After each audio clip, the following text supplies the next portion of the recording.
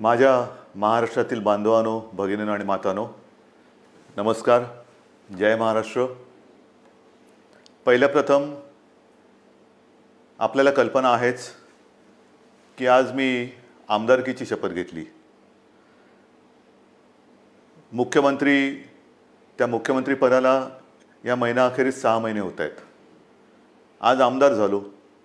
हे सगळं काही मी करू शकतो आणि होतो आहे हे आपल्या सर्वांच्या आशीर्वादाच्या जोरावरती आणि शुभेच्छांच्या जोरावरती. साहजिकच आहे, या निमित्ताने मला सर्व राजकीय पक्षांचे, महाविकास आघाडीतल्या सर्व नेत्यांचे, आमदारांचे आभार मानायचे आहेत. कारण एका अत्यंत कठीण अशा परिस्थितीत, म्हणजेच कोरोनाबरोबर चाललेल्या युद्धाच्या परिस्थितीमध्ये निवडणूक होऊ न देता हे सगळं काही बिनविरोधपणाने पार पाडायला सर्वांनी मदत केली. त्यांनासुद्धा मी सगळ्यांना धन्यवाद देतोय. आणि आता पुन्हा जे आपले गेले काही दिवस सुरू आहे त्या विषयावरती येतोच.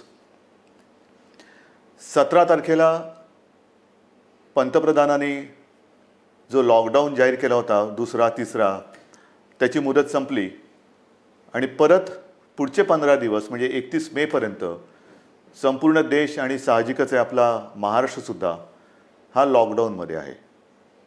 आता तुम्हाला कदाचित असं वाटायला लागलं असेल की मी आलो म्हणजे लॉकडाऊनच जाहीर करतोय. साहजिकच आहे, कोणालाही घरी विशेषतः कामाशिवाय डांबून ठेवणं किंवा बसवणं यासारखी मोठी शिक्षा असू शकत नाही. पण नीट समजून घ्या, मी कदाचित कोणाला आवडत असेल, कोणाला आवडत नसेल की याच्याकडे काही उत्तरच नाही आहेत. हे लॉकडाऊन किती दिवस चालणार, किती काळ लॉकडाऊनमध्ये राहणार, याला काही उत्तर आहे की नाही, हा जो काही चक्रव्यूह आहे हा आपण भेदणार आहोत की नाही, उत्तर कोणाकडेच नाही आहे. जगामध्ये कोणाकडे उत्तर नाही आहे, आपल्या देशातसुद्धा कोणाकडे उत्तर नाही आहे. आणि हे आता सगळ्यांना माहिती झालेलं आहे की जेव्हा एखाद्या युद्धात, विशेषतः ह्या युद्धामध्ये, युद्ध हे नेहमी शस्त्रांनीच लढलं जातं. इकडे आपल्याकडे शस्त्र नाही आहे. एक फक्त अंतर ठेवणं, स्वतःची काळजी घेणं आणि युद्ध जिंकणं, म्हणजे फार विचित्र आहे असे युद्ध. एकतर्फी नक्कीच नाही आहे, कारण आपण पूर्ण ताकदीने युद्ध लढतो आहोत. पण लॉकडाऊन वाढवला का? काही अंशी बरोबर आहे, काही अंशी नक्कीच बरोबर आहे. आपल्याला सर्वांना कल्पना आहे की आजही देशात, विशेषतः महाराष्ट्रामध्ये रुग्णांची संख्या वाढते आहे. मुंबईमध्ये वाढते आहे, ठाणे परिसरात वाढते आहे, पुण्यामध्ये वाढते आहे, संभाजीनगरमध्ये आहे, नाशिकमध्ये, मालेगावमध्ये आहे. या ठिकाणी रुग्णांची संख्या वाढते आहे. आणि ही रुग्णांची वाढती संख्या बघितल्यानंतर साहजिकच आहे मनात प्रश्न निर्माण होऊ शकतो, मग आपण नेमकं करतो काय आहोत, आत्तापर्यंत आपण केलं काय? मी गेल्याही वेळेला आपल्याला सांगितलं होतं की एक गोष्ट नक्की, की जी काळजी आपण मार्चपासून घ्यायला लागलो, जवळपास आपण कर्फ्यू, संचारबंदीपर्यंत आलो होतो आणि त्याच्यानंतर देशभरात लॉकडाऊन जाहीर केला गेला. जर हे आपण केलं नसतं तर जो एक अंदाज आपल्या देशात, महाराष्ट्रात आणि मुंबईमध्ये किती आत्तापर्यंत रुग्ण झाले असते, किती आत्तापर्यंत त्याच्यात मृत्यू पावले असते, हा अंदाज नुसता बघितला तरी अंगावरती काटा उभा राहतो. आणि म्हणून मी मागेही आपल्याला म्हटलं होतं की अजूनही शृंखला आपण तोडली जरी नसली तरी एक गोष्ट नक्की, की त्याच्या वाढीवरती, गुणाकारावरती नियंत्रण आपण हे नक्की ठेवलेलं आहे. गतिरोधक म्हणून हा जो काही लॉकडाऊनचा काळ आहे त्याचा आपल्याला नक्की उपयोग झालेला आहे. मग आता किती काळ चालणार? नुसता लॉकडाऊनकडे बघून चालणार नाही आहे. रेड, ऑरेंज, ग्रीन, रेडमध्ये सुद्धा कंटेनमेंट एरिया, हे असे जे काही आपण विभाग केलेले आहेत. ग्रीन झोनमध्ये आपण हळूवारपणाने जवळपास सगळं काही उघडायला परवानगी दिलेली आहे, ती अजूनही देत आहोत. आणखीनही तिथले निर्बंध हे येत्या काही काळामध्ये आपण आणखीन शिथिल करतो आहोत. ऑरेंज झोनमध्ये सुद्धा ही शिथिलता आणलेली आहे. रेड झोनमध्ये विशेषतः कंटेनमेंट एरिया आहे, तिथे मात्र अजूनही आपल्याला शिथिलीकरण करणं हे परवडणार नाही, नक्कीच नाही आहे. उद्योगधंद्याच्या बाबतीत काय आहे? मी मुद्दामून आज आपल्यासमोर थोडीशी आकडेवारी सांगणार आहे. काय काय झालेलं आहे, किती काय केलेलं आहे. पहिल्या प्रथम आरोग्यविषयक काय झालेलं आहे, नंतर उद्योगधंद्याच्या बाबतीत काय करतो आहोत. उद्योगधंद्याच्या बाबतीमध्ये सुद्धा तुम्हाला मुद्दामून मला सांगायचं आहे की नुसतं लॉकडाऊन नाही वाढवत आहोत, आपल्याला ही तारेवरची कसरत करायची आहे आणि ती करतो आहोत. एका बाजूला सुरक्षित राहण्यासाठी लॉकडाऊन म्हणजे सगळं काही थोडक्यात बंद, आणि दुसऱ्या बाजूला हळुवारपणाने काही गोष्टी आपण उघडतो. आजपर्यंत राज्यामध्ये साधारणतः 50,000 उद्योग सुरू करायला आपण परवानगी दिलेली आहे. हा आजचा आकडा आहे. आणि ह्या 50,000 उद्योगामध्ये जवळपास साधारणतः 5-1 लाख मजूर हे काम करायला लागलेले आहेत. तसं बघितलं तर राज्यामध्ये 70,000 उद्योग सुरू करायला आपण परवानगी दिलेली आहेच, पण 50,000 उद्योग हे प्रत्यक्ष सुरू झालेले आहेत. आपल्याला कदाचित हा जो काय एक रेड झोनमधला बेल्ट आहे, म्हणजे मुंबई, पुणे आणि त्याच्या आजूबाजूचा परिसर, इथे जे आपण राहतो आहोत, किंबहुना उदाहरणतः संभाजीनगर असेल, ज्या महापालिका आहेत त्यांच्या परिसरामध्ये आपण हे निर्बंध जरा कडक ठेवलेले आहेत, म्हणून आपल्याला ते जाणवत नाही आहे. पण ह्या विभागामध्ये आपण उद्योगधंद्यांना परवानगी दिलेली आहेच, नक्की दिलेली आहे. हे करताना खास करून मला उद्योगांसाठी काही गोष्टी जाहीर करायच्या आहेत. कारण सगळीकडे आता एक ठप्प, म्हणजे ज्याला आपण म्हणतो ना, पॉजचं बटन दाबलं गेले, जगच असं पॉज झालेलं आहे, सगळं ठप्प, काहीच होत नाही आहे, इकडची गाडी तिकडे होत नाही आहे. असं वातावरण असताना उद्या जे काय आपल्याला एक भरारी घ्यायची, नक्की घ्यायची भरारी घेणारच, कोणत्याही परिस्थितीत घेणार, तिकडे अजिबात मागे पुढे बघणार नाही. खरं म्हटलं तर आपल्या सरकारला आता 6 महिने होत आहेत. नवीन सरकार असताना नवीन स्वप्न आहेत आपली. आपण एक अर्थसंकल्प जाहीर केला काय, त्याच्यात नवीन गोष्टी जाहीर केल्या काय, आणि त्या अंमलबजावणीला सुरुवात करण्याच्या आधीच आपल्याला या संकटाला सामोरं जावं लागतंय. ह्या ज्या काही सगळ्या आपल्या योजना आहेत, या योजना कोणत्याही परिस्थितीत आपण अंमलात आणणार म्हणजे आणणारच. त्या एका हिमतीने आपण पुढे जातो आहोत. परंतु नवीन उद्योग येण्यासाठी एक वेगळी स्पर्धा आहे. कोण काय करतंय, कोण काय आणखीन सुविधा देते. महाराष्ट्रापुरतं बोलायचं झालं तर आज आपण महाराष्ट्रामध्ये जवळपास 40,000 एकरपेक्षा जास्त जमीन ही नवीन उद्योगधंद्यासाठी राखून ठेवत आहोत. 40,000 एकरपेक्षा जास्त. त्याचप्रमाणे नवीन उद्योजक जे येणार आहेत, नवीन उद्योग जे परदेशातून येतील, किंवा आपले काही उद्योजक आपले नवीन लोक काही नवीन उद्योग सुरू करू इच्छित असतील, ग्रीन इंडस्ट्रीज ज्याला आपण म्हणतो, म्हणजे प्रदूषण न करणाऱ्या इंडस्ट्रीज किंवा उद्योग, त्यांच्यासाठी सुरू करताना कोणत्याही अटीतटी त्यांना आपण ठेवणार नाही. परवानगीशिवाय तुम्ही उद्योग सुरू करा, फक्त अट एक, प्रदूषण करायचं नाही, अजिबात करायचं नाही. प्रदूषण करू नका, चला उद्योग सुरू करा, या आम्हाला पाहिजे, महाराष्ट्र तुमची वाट बघतोय. महाराष्ट्र हा नेहमी एक उद्योगशील आहे, सुधारणावादी आहे, म्हणून आपण नवीन जे उद्योजक येत आहेत त्यांच्यासाठी या अटीतटीचा सामना त्यांना करायला लागणार नाही, असं धोरण आपण बनवलेलं आहे. या नवीन उद्योजकांनो, या महाराष्ट्रामध्ये या. त्याचबरोबरीने साधारणतः पुढचे काही दिवस, म्हणजे असं म्हणतात की ह्या कोरोनानंतर जग बदललं जाणार आहे, नक्कीच बदललं जाईल. कदाचित हे नवीन उद्योजक येणार असतील, ते म्हणतील आम्ही येऊ इच्छितो, पण आम्हाला तुमच्याकडे जमीन विकत घ्यायला आत्ता आम्हाला परवडणार नाही. ठीक आहे, तुम्ही या, भाडेतत्वावरती जमीन तुम्हाला देतो, भाडेतत्वावरती जमीन देतो, या, तुम्हाला मूलभूत सुविधा असतील त्या तुम्हाला देतो, अटीतटीचा सामना तुम्हाला करावा लागणार नाही. पण या राज्यामध्ये नवीन उद्योग पर्व आपण सुरू करू. आणि त्याचबरोबरीने मला एक सांगायचं आहे की आत्तापर्यंत जिथे हे उद्योग आपण सुरू केलेत, आणि असं काही नाही आहे की रेड झोन म्हटल्यानंतर आता आयुष्य आपलं रेड झोनमध्ये जाणार आहे, नाही. आपल्यासमोर 2 मोठी आव्हानं आहेत, नक्कीच आहेत. एक म्हणजे जिथे या कोरोनाचा प्रादुर्भाव नाही असा ग्रीन झोन, तो ग्रीन झोन हा आपल्याला कोरोना विरहित ठेवायचा आहे, हे मोठं आव्हान आहे.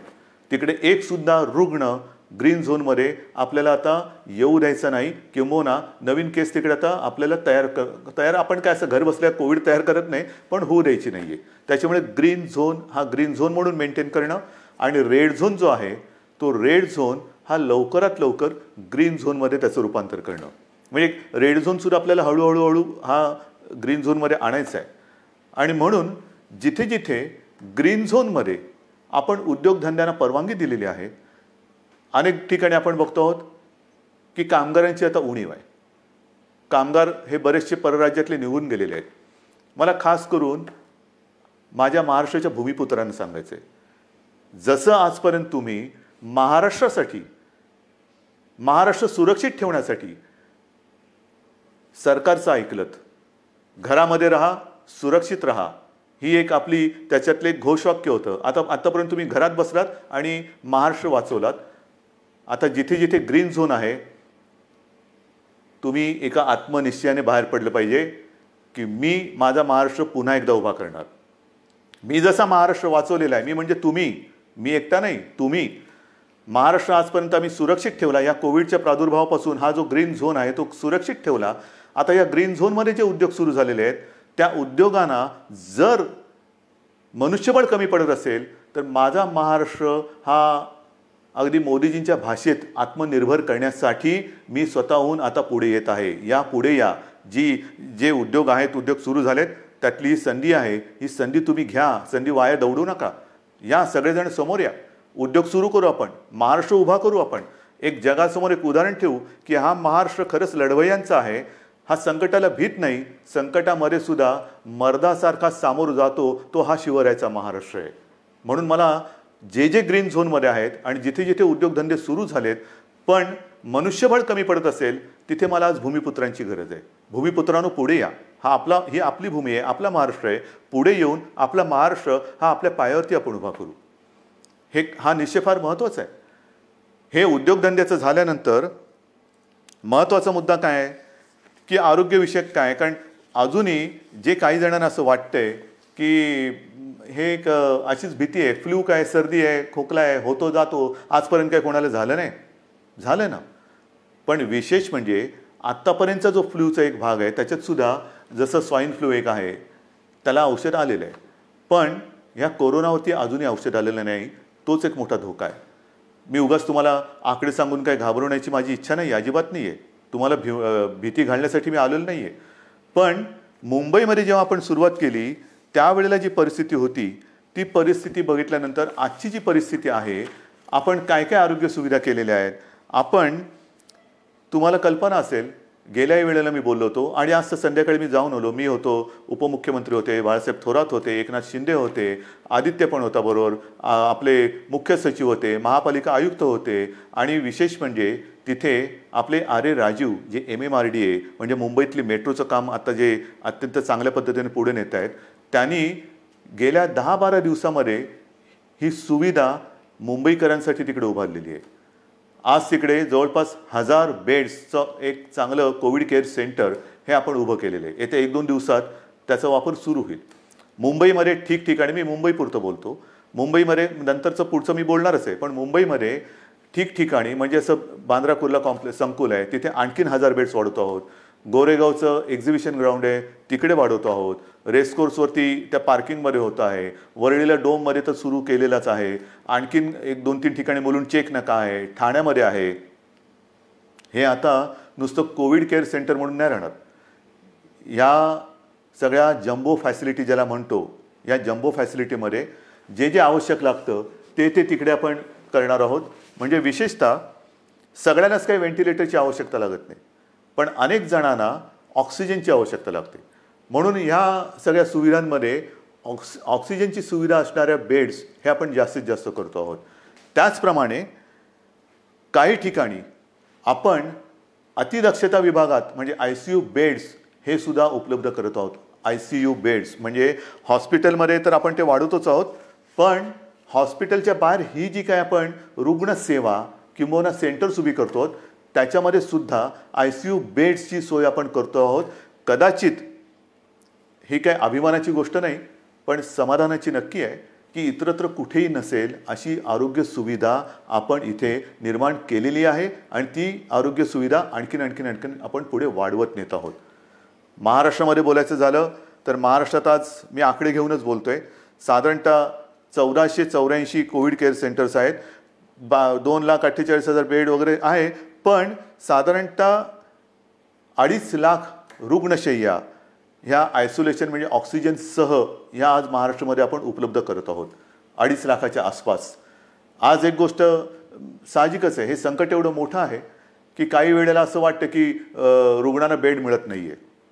याचं कारण रुग्णांची थोडीशी संख्या ही वाढती अशी वाटत असली तरी देखील आज आपण स्वयंपूर्ण होण्यासाठी किंबहुना पुढच्या महिन्यात साधारणतः किती रुग्ण होऊ शकतील ह्याची एक दक्षता घेऊन आपण हीही सुविधा वाढवत आहोत. डॉक्टर्स येत आहेत, नर्सेस येत आहेत. मध्यंतरी मी आपल्याला माहिती आहे कोविड योद्धा म्हणून सगळ्यांना एक आवाहन केलं होतं. त्याच्यात सुद्धा काही हजार लोक म्हणजे महिला पुरुष हे मदतीसाठी धावून आलेले आहेत. मला अजूनही पाहिजेत. ह्याचं कारण का? कारण नवीन सुद्धा जे आलेले आहेत ते आणि आत्ता आहेत ते, जसं गेल्या वेळेला मी आपल्याला बोललो होतो की पोलीस थकत आहेत, पोलीस आजारी पडत आहेत. काल परवा एका चांगल्या अधिकारीचा मृत्यू झालेला आहे. त्याच्यानंतर गडचिरोलीमध्ये नक्षलवाद्यांशी लढता लढता 2 पोलीस आपले तिकडे शहीद झालेले आहेत. हे सगळे ताणतणाव आहेत आणि ह्या ताणतणावामध्ये हे लोक आजारी पडण्याची वाट न बघता, मला तर कोणीच आजारी पडायला नको आहेत, आजारी पडण्याची वाट न बघता ह्यांना वेळोवेळी जर का आपण विश्रांती देत गेलो तर आपण सहजगत्या या संकटावरती मात करू शकू. म्हणून मला अजूनही कोविड योद्धा पाहिजेत. ज्यांची रुग्णसेवा करण्याची इच्छा आहे, तयारी आहे, त्यांनी सगळ्यांनी ह्या युद्धामध्ये स्वतःहून पुढे आलं पाहिजे. याचं कारण असं की आज देखील मुंबई असेल, ठाणा असेल, पुणे असेल, संभाजीनगर ह्या ज्या काही महापालिका आहेत तिकडे नाही म्हटलं तरी जो आपण कंटेनमेंट एरिया म्हणतो, म्हणजे जिथे एखादा रुग्ण सापडला तर त्याच्या आसपासचा काही परिसर आपण सील करतो.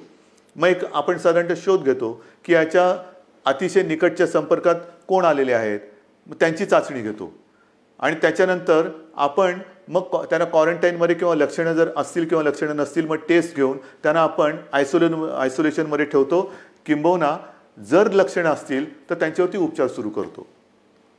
एका गोष्टीचं मला एक मुद्दामून तुम्हाला मला आकडा द्यायचा आहे की आज आपण एक आकडा बघत असतो की महाराष्ट्रामध्ये किती रुग्ण आहेत, मुंबईमध्ये किती रुग्ण आहेत.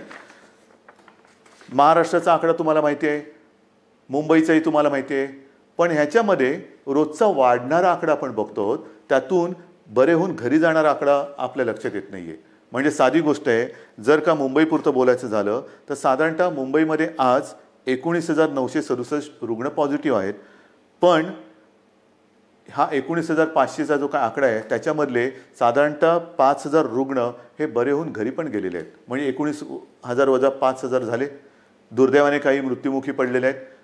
याचा अर्थ असा की लवकर जर का आले आणि व्यवस्थित त्यांच्यावरती उपचार केला गेला तर बरे होऊन घरी जाणारे रुग्णसुद्धा आहेत. काही रुग्ण तर मी मागेही आपल्याला बोललो होतो की 80% आसपास रुग्ण हे असेही आहेत की ज्यांच्या टेस्ट पॉझिटिव्ह येतात पण त्यांना कोणतीही लक्षणे दिसत नाहीत. असे रुग्णसुद्धा आहेत.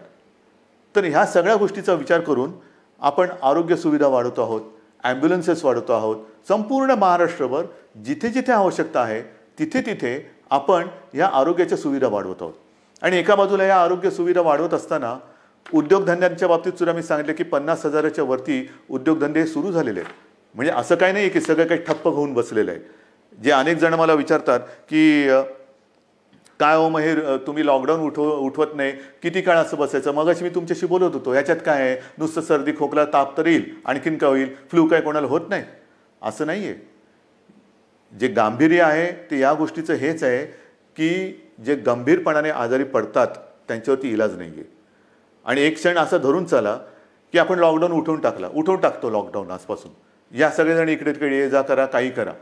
ही साथ जर का पसरली तर इतर देशामध्ये काय काय होते, ब्राझीलमध्ये काय झालं, ब्रिटनमध्ये काय झालं, अमेरिकेत काय चाललेलं आहे, इटलीमध्ये काय चाललेलं आहे, काय झालेलं आहे. मला हे कोणत्याही परिस्थितीत महाराष्ट्रात होऊ द्यायचं नाही आणि मी होऊ देणार नाही, अजिबात होऊ देणार नाही. मी टीकेचा धनी होईन. मी तुम्हाला मागेही बोललेलं आहे, महाराष्ट्रासाठी वाईटपणा घ्यायला माझी तयारी आहे. पण जे मला पटतं ते महाराष्ट्राच्या हिताचं मी करणार म्हणजे करणारच. आणि म्हणून जो रेड झोन आहे तिकडे मी अजूनही उद्योगधंदे पूर्णपणे उघडायला का देत नाही आहे की क्षणभर धरून असं धरून चाला की उद्योगधंदे उघडले आणि ही साथ त्यांच्यात घुसली. आजच मजूर आपापल्या घरी निघून गेलेले आहेत. म्हणजे उद्योगधंदे सुरू होतील आणि त्या मजुरांमध्येही साथ जर घुसली तर काही तर जीवानिशी जातीलच, आजारी तर पडतीलच. आणि मग त्यावेळेचा अघोषित जो लॉकडाऊन असेल तो किती काळ चालेल त्याचं उत्तर आपल्याकडे कोणाकडे नसेल.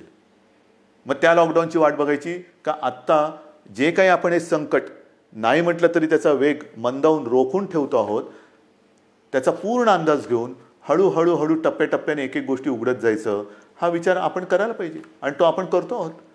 आणि तो जर का आपण करत नसतो तर तुम्ही एवढे सगळे जण या सरकारच्या सोबत राहिल्याच नसतात.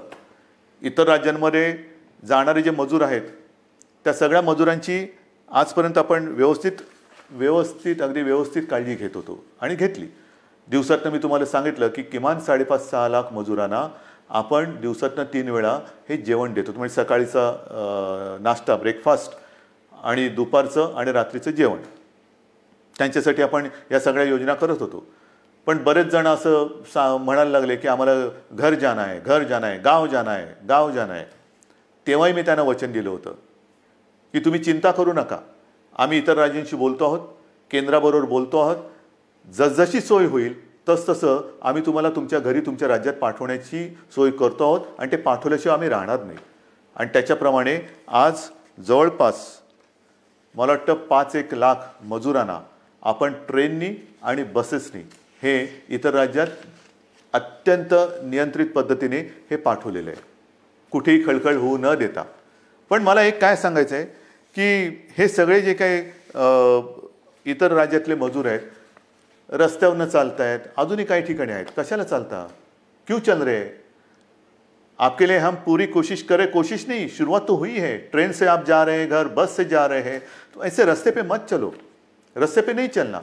बीच में कोई फिर एक्सीडेंट कभी होता है, क्यों कर रहे हो ये सारी चीज़ें?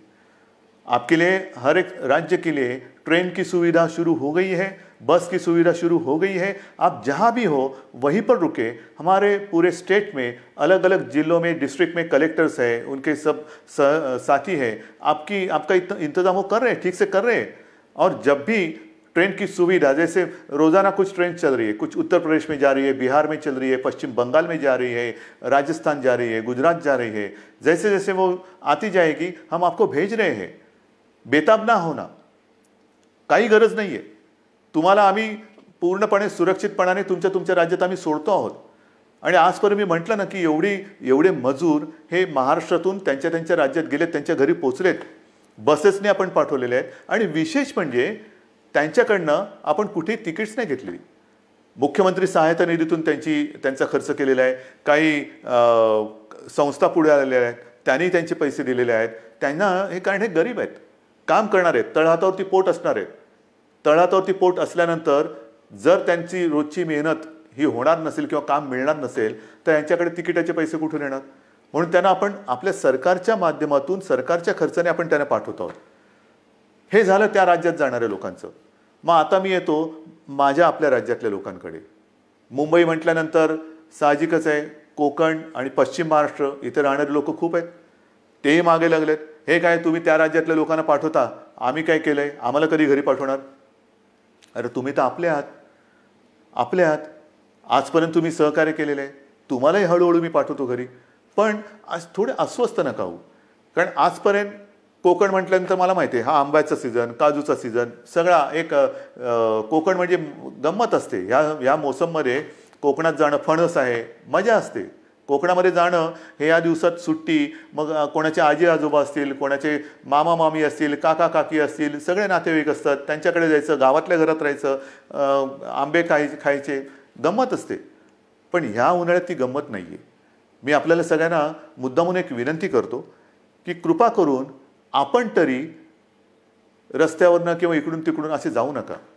कारण मुंबईमध्ये आपण काळजी घेतो आहोत, प्रत्येक जिल्ह्यात आपण काळजी घेतो आहोत, पण प्रत्येक जिल्ह्यात आरोग्य सुविधा ज्या आहेत त्यांची एकूण जर का मर्यादा बघितली आणि काही जिल्हे हे कोविड मुक्त आहेत, आज सुद्धा तिकडे प्रादुर्भाव झालेला नाही, ते आपल्याला तसेच ठेवायचे आहेत. जर आपल्याला लवकरात लवकर या लॉकडाऊनमधून बाहेर यायचं असेल तर पहिलं म्हणजे जे आपले ग्रीन झोन आहेत जिकडे कोविडचा प्रादुर्भाव नाही, हे जिल्हे हे विभाग आपल्याला ग्रीन झोन म्हणूनच ठेवावे लागतील. म्हणून आपण सुद्धा घरी जाताना असेच उठून निघू नका. आपल्याला सुद्धा जर जायचं असेल, खरंच पहिलं जायचं आहे का थोडे दिवस थांबून आपण जाऊ शकता, थोडा धीर धरला तर सगळ्यांनाच बरं होईल.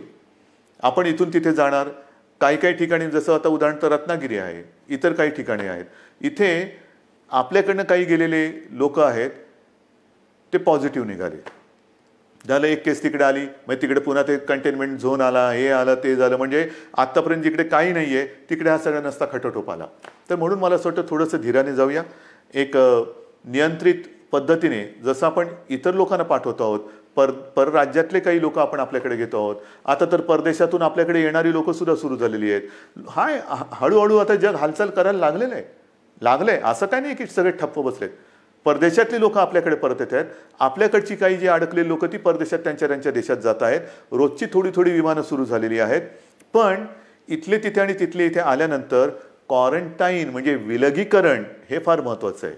विलगीकरण, कारण आपण जर का कळत नकळत हा व्हायरस आपल्यासोबत नेत असू तर आपल्यापासून, मी जसं मगाशी म्हटलं ना की काही जणांना ह्याचा प्रादुर्भाव झालाय पण लक्षातही येत नाही एवढं चांगल्या पद्धतीने ते त्याचा प्रतिकार करतायत. म्हणजे लक्षणं नाही आहेत आणि कोणत्याही औषधाशिवाय ते बरेही होत आहेत. परंतु त्यांना जरी काही झालं नाही आणि होऊ नयेच तरी वाहक म्हणून ते काम करू शकतात. म्हणजे त्यांना काही नाही झालं आणि गेला घरी आणि कळत नकळत व्हायरसचा प्रादुर्भाव झाला असेल तर तो तिकडे दिला व्हायरस, म्हणजे तो इकडचा व्हायरस तिकडे गेला आणि जो तिथे नाही आहे तो पसरून ठेवला. म्हणून मला माझ्या खास करून कोकणातील बांधवांना, माता भगिनींना सगळ्यांनाच सांगायचं आहे, पश्चिम महाराष्ट्रातल्या सगळ्या बांधवांना भगिनींना सांगायचं आहे की कृपा करून घाई गडबड करू नका, अस्वस्थ होऊ नका. हे थोड्या काळापुरती ही परिस्थिती आहे, तिच्यावरती आपण मात करतो आहोत, मात करणार आहोत. आपले कुटुंबीय आहेत, आप्तजन आहेत, त्यांच्या सुरक्षेसाठी जर का आपण आपलं हे जाणं थोडंसं थांबवलं आणि काही दिवसानंतर जर जाण्याचा विचार केला तर महाराष्ट्रावरती, तुमच्या कुटुंबियांवरती फार मोठे उपकार आपले होतील. म्हणून कुठेही अस्वस्थ होऊन लगेचच्या लगेच जर जाण्याची गरज नसेल तर पुन्हा मी सांगतो की कृपा करून आपल्या घरी जाण्याची म्हणजे गावी जाण्याची घाई करू नका. आता पुन्हा मी थोडंसं एक सांगणार आहे की अनेक जण आता म्हणायला लागलेले आहेत की कोरोनासोबत जगायला शिका. म्हणजे काय करायचं? आमची तयारी आहे कोरोनासोबत जगायची, पण कोरोनाची तयारी का आम्हाला त्याच्यासोबत जगू द्यायची? कोरोना जर का तयार नसेल तर आपण कसं त्याच्यासोबत जगणार? पण हे जगणं जर का अनिवार्य असेल तर काही गोष्टी, म्हणजे कोरोनानंतर जग बदलेल, नक्की बदलेल. काय बदलेल? तर कोरोनानंतर आपल्याला जसं आपण म्हणतो ना की आजपर्यंत घरात राहा आणि सुरक्षित राहा, आता आपल्याला नवीन एक वाक्य घ्यावं लागेल. घरात राहा, सुरक्षित राहा हे झालं, पण घराबाहेर राहताना सावध राहा. नेहमी आपल्याला एक सावधानता बाळगायला पाहिजे. म्हणजे ओघाने आलंच हात धुणं. अनेक ठिकाणी मी असंच बघितलेलं आहे, कारण उन्हाळा आहे, घाम तर येतोच, मग आपण काय करतो, मास्क बाजूला करतो आणि हाताने रुमालाने तोंड पुसतो, बाजूला ठेवतो. तोच धोका आहे. पहिली गोष्ट, हात सतत धुत राहायचं. कारण नसताना किंबहुना शक्यतोवर तोंडाला, चेहऱ्याला हात लावायचाच नाही. कारण हा जो व्हायरस आहे अजूनही त्याच्यावरती संशोधन सुरू आहे. किती काळ कुठल्या पृष्ठभागावर तो किती काळ जिवंत राहू शकतो. समजा एखाद्याच्या शिंकेतनं, खोकल्यातनं, बोलण्याच्या एका त्या तुषारातून तो कुठे पडला असेल, त्याला हात लागला आणि तो कळत नकळत पुन्हा आपल्या डोळ्याला लागला तर डोळ्यातनं तो शरीरात जाऊ शकतो, नाकाला लागला, तोंडाला लागला. म्हणून ह्या ज्या काही गोष्टी आहेत ह्या आपल्याला अशाच ठेवून पुढचे काही दिवस, काही महिने हे सावधतेने राहावंच लागेल. या सगळ्या ज्या गोष्टी मी तुम्हाला सांगतो आहे, ह्या गोष्टी ह्या फार महत्त्वाच्या आहेत. इतके दिवस तुम्ही जी शिस्त पाळली ती शिस्त मला थोडी जास्त पाहिजे, कडक पाहिजे. कारण आज देखील जो कंटेनमेंट एरिया आहे किंवा रेड झोन आहे, कारण नसताना लोक बाहेर पडत आहेत. नका पडू. त्याच्यानंतर अजून देखील धार्मिक सण, उत्सव, धार्मिक जमाव यांना कुठेही परवानगी आपण दिलेली नाही, देऊ शकत नाही. कारण जेवढी गर्दी होईल तेवढा हा धोका अधिक वाढणार आहे, अधिक पसरणार आहे. आणि म्हणून सावध राहामध्ये दोन हात अंतर ठेवून 2 हात दूर राहिलेलं बरं. तसं 2 हात दूर राहून एकमेकापासून आपल्याला राहायचं आहे. तोंडावरती मास्क तर लावायचा आहे, हात सतत धुवायचे आहेत. आणि सरकारच्या सूचना म्हणजे 31 तारखेपर्यंत जरी लॉकडाऊन हा असा असला तरी हा गतिरोधक आहे. आजपर्यंत ग्रीन झोनमध्ये जवळपास सगळी बंधने आपण शिथिल केलेली आहेत. महत्त्वाचा मुद्दा, या ठिकाणी आता हळूवारपणाने काही दुकानंसुद्धा आपण उघडायला परवानगी देऊ येत्या काही काळामध्ये. कोणतीही गोष्ट ही सुरू करण्यापूर्वी आम्ही असं ठरवलं आहे, सरकारने असं ठरवलेलं आहे की जनतेला पूर्ण कल्पना द्यायची. कारण काही गोष्टी तुम्हाला कल्पना आहे, आपण उघडायला परवानगी दिली आणि ही जी काही झुंबड उडाली पुन्हा सगळं बंद करावं लागलं. काही देशांमध्ये हेही झालेलं आहे की लॉकडाऊन उठवला झुंबड उडाली, साथ वाढल्यानंतर पुन्हा सगळं बंद करावं लागलं. तसं नाही करायचं. आपल्याला शांतपणाने एखादी गोष्ट आपण सुरू करू, ती सुरूच ठेवायची आहे. एखादी गोष्ट म्हणजे जसं मार्केट असेल, दुकानं असतील, आणखीन काही गोष्टी असतील, उद्योगधंदे असतील, एवढ्या शिस्तीने ते आपल्याला पुढे चालवायचे आहेत की एकदा सुरू केलेली गोष्ट पुन्हा थांबवण्याची वेळ येता कामा नये. आणि म्हणून तुम्हाला मी मध्ये सूचना देत राहीन. काही काही गोष्टी सुरू करण्यापूर्वी, जसं आता उदाहरणार्थ आज 18 तारीख गेली, जून महिना म्हणजे शैक्षणिक वर्ष सुरू होणार. अजूनही काही जणांच्या परीक्षा राहिलेल्या आहेत. परीक्षांचं काय करणार, शाळा कशा सुरू करणार, शैक्षणिक वर्ष सुरू कसं करणार, ऑनलाईन सुरू करणार का प्रत्यक्ष शाळा सुरू करणार, हे सगळे मोठे विषय आहेत. मोठे विषय आहेत. आणि कोणत्याही परिस्थितीत शैक्षणिक वर्ष आपल्याला वाया जाऊ द्यायचं नाही, जाऊ देऊच शकत नाही आपण. शाळा कशा सुरू करायच्या, त्याच्यात खबरदारी काय घ्यायची, शिक्षण कसं सुरू करायचं, शाळा कॉलेजेस आली, ॲडमिशन्स आल्या, कशा करायच्या, कुठे आपण काय करू शकतो, याही विषयी आपला विचार सुरू आहे.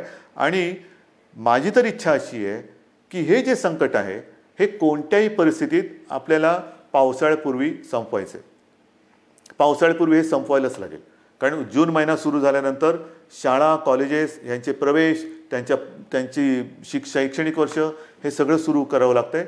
आणि या सगळ्याचा विचार करता मला असं वाटतं, जो वेग मी तुम्हाला मगाशीच सांगितलं, मी आकडे माझ्याकडे आहेत, साधारणतः मे किंबहुना एप्रिल शेवटापर्यंत महाराष्ट्रामध्ये काय रुग्णसंख्या झाली असती, ही संख्या जर का आपण बघितली असती तर थरकाप उडाला असता. मे मध्यामध्ये काय संख्या होऊ शकली असती, काय संख्या होऊ शकते, मे एंडला काय होऊ शकते, हे जे आकडे आपल्यासमोर शक्यता म्हणून येत होते किंवा येत आहेत, ते बघितल्यानंतर हे थरकाप उडवणारे आकडे.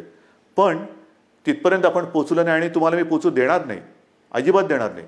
जोपर्यंत तुमचा आणि माझा विश्वासाचा धागा हा मजबूत आहे, तोपर्यंत मला खात्री आहे, नवे माझ्यात आत्मविश्वास आहे की हे संकट आपण नुसतं दूरच नाही तर परतून लावल्याशिवाय राहणार नाही.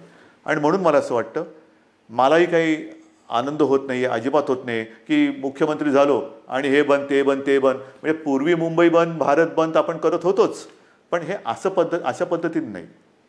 हा बंद कोणालाच परवडणार नाही. आता आपल्याला सगळं पुन्हा एकदा जनजीवन हे रुळावरती आणायचं आहे. जनजीवन हे पुन्हा आपल्याला सहजतेने जगायला सुरुवात करायची आहे. पण ह्याची एक आता अशी शक्यता नव्हे, खात्री वाटते की हे जनजीवन पूर्ण सुरळीत व्हायला काही काळ हा जावा लागणार. जेवढी स्वयंशिस्त आपण अधिक पाळू, तेवढे लवकर आपण ह्या बंधनातून मुक्त होऊ. जेवढी लवकर आपण या कोरोनाची साखळी तोडण्यात यशस्वी होऊ, तेवढं लवकर आपण सगळे बंधनमुक्त होऊ.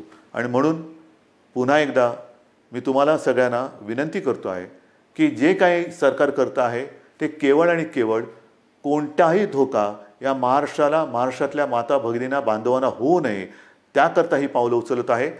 साहजिक आहे, तुम्ही अस्वस्थ आहात, तुम्ही बेचैन आहात, कधी हे उघडणार हा प्रश्न जसा तुम्हाला आहे तसाच तो सर्वांना पडलेला आहे. पण जे काही करतो आहे ते केवळ आणि केवळ आपल्या सर्वांच्या हितासाठी करतो आहे.